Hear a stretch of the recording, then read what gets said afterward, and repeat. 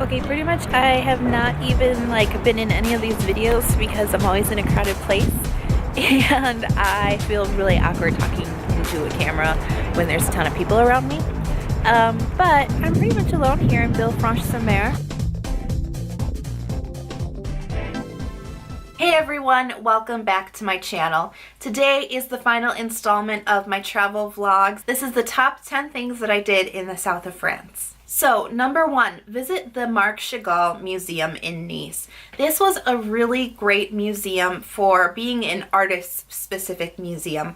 Artist-specific museums tend to not be very comprehensive, especially for famous artists, because their works are generally more spread out across the globe, and it's hard to contain a lot of them in one place. There was actually quite a few canvases that he did specifically for the museum itself. So I really enjoyed seeing a lot of his work all in one place. The museum is located in more of a neighborhood in Nice rather than like the main drag, so it was very quiet, serene, peaceful. There was like a little white dog running around, and we had an early lunch in the cafe there.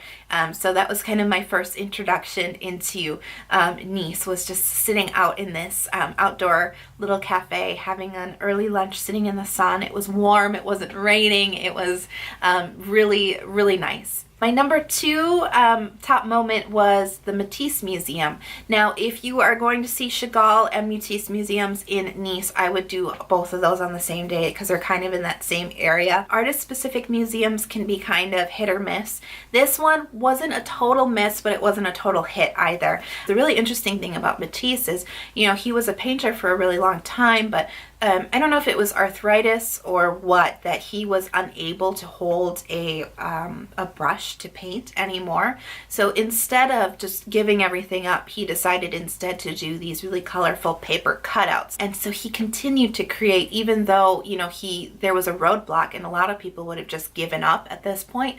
He just decided to, you know, change it up and change up his medium. He wasn't going to stop creating. So that was probably the best part of the Matisse Museum, is there was a lot of work of his from the paper cutouts, which I find really inspiring.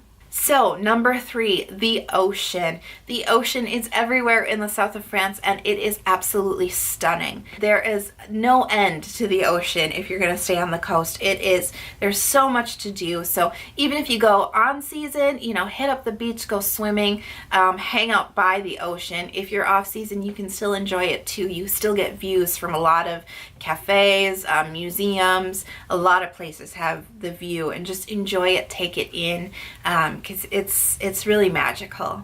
So, number 4, if you're going to be spending a couple of days in Nice, I highly suggest that you side trip out. It's super easy to do. A lot of the villages are linked really quickly by the city bus. So we went to Cap Ferrat, and that was about a 20-minute ride on the public bus. And we went specifically to see the Rothschild Villa. This was a villa that was built by this eccentric heiress, Beatrice Rothschild. So what's interesting is she was married, but her husband was like no good.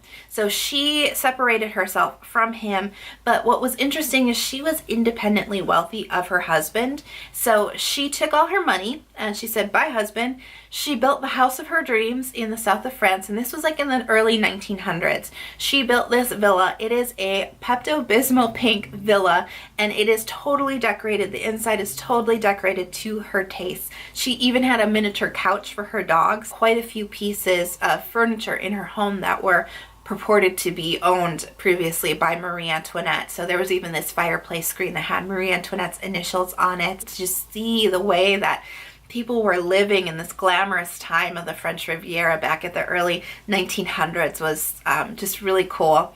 And there's a nice little cafe restaurant there that we ate in. It was a little pricey, but honestly it was totally worth it for the environment. You are in this really beautiful old sort of Belle Epoque dining room, and it looked out onto the ocean. That was totally like our glamorous moment on the French Riviera.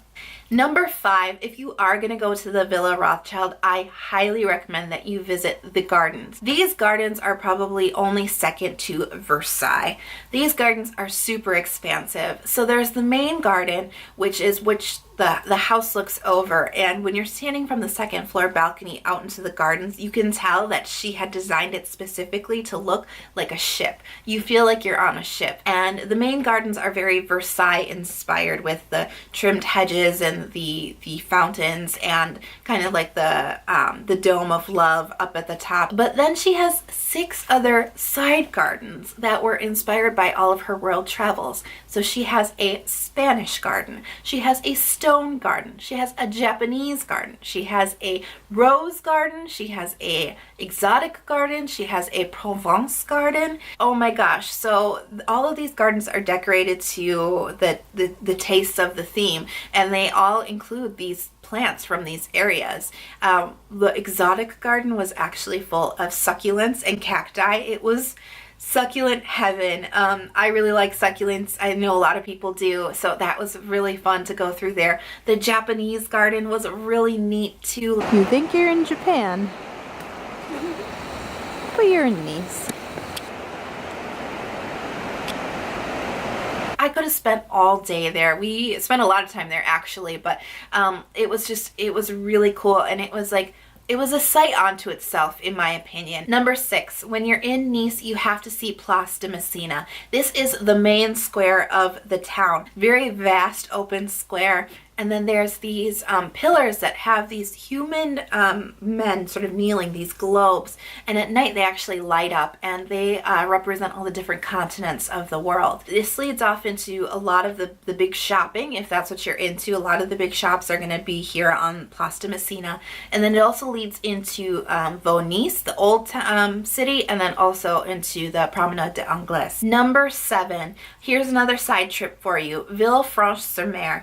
Villefranche-sur-Mer is like 12 minutes on the bus outside of Nice, and it is totally different vibe from Nice. It is so quiet and sleepy and just serene and tranquil.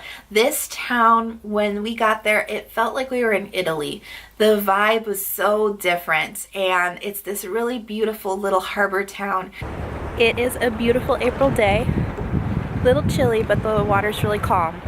Look at all the houses. It's really peaceful and calm here. I wish I could live here. Not a lot of sights here in Villefranche-sur-Mer. Villefranche-sur-Mer is the site. But if you are gonna go, I would recommend going to the Chapel of Saint-Pierre. This chapel was actually decorated by Jean Cocteau, the French artist and director. And the inside is so different. I grew up Catholic, so I have a very traditional view of what churches, the interior of churches look like. And to go into this church and to see all of these modern drawings by Jean Cocteau just absolutely filling the entire walls, totally different. It was really cool. So if you're in Villefranche-sur-Mer, I would definitely check that out. So number 8, I suggest that you go for a hike. Now, there are a lot of designated hiking trails, especially in Cap Ferrat. This is one of the best places. If you're gonna take a hike, do it in the French Riviera. My hike was a little bit more unexpected. We were going to be taking a bus from Villefranche-sur-Mer to Aise, and we were kind of on the main or the low Corniche, and we needed to be on the high Corniche, which is essentially the different main roads that are built along the cliff. So if we were on the low Corniche and we needed to be on the high Corniche, you know that we had to walk uphill quite a bit. But there was a bus that was supposed to connect the low Corniche to the high Corniche. Well, the bus wasn't running. We were like, well, we can probably just walk. So we did. 7 bus stops worth, all the way uphill to the high Corniche. So, you know, it was one of those things where you're like, oh my gosh, when you're in the middle of it, but it's like, you can't stop now. You can't turn around and go back. You got to just keep going. It was a hard uphill walk. It was all along the main part of the cliff. I don't want to call it a mountain because it wasn't really a mountain, but so you were looking off onto the ocean the entire time. It was really, really, really cool, really beautiful, but it was a really hard walk. Number 9, go see Aise le Village. Now, this is a little bit of a longer side trip. I would say it's about 35 minutes on the bus outside of Nice. It's really cool. It's super touristy, but it's neat. It's almost like a Disneyland for adults in a way, because it's this city built into a hill. Everything's all stone and stairs, and and it's all winding and there's dead ends and different corridors, and there's an old church there and an old cemetery, and this used to be a real town. People used to live in this little fortified, city on a hill. Not a lot to see here except for the experience of being there itself. There's a lot of retail. Like I said, it's pretty touristy, but you can get beyond that if you're not into it. But if you need to do some souvenir shopping, there's tons of shops. There's a lot of artisans that have workshops there. There was like woodworking and jewelry, some really beautiful stuff. At the base of the city, there's actually a perfume outlet, and you can actually go into a perfume factory or workshop and take a tour. So Ez was super, super cool. I really suggest if you can get there, it's totally worth it. And my 10th tip for you is to wander.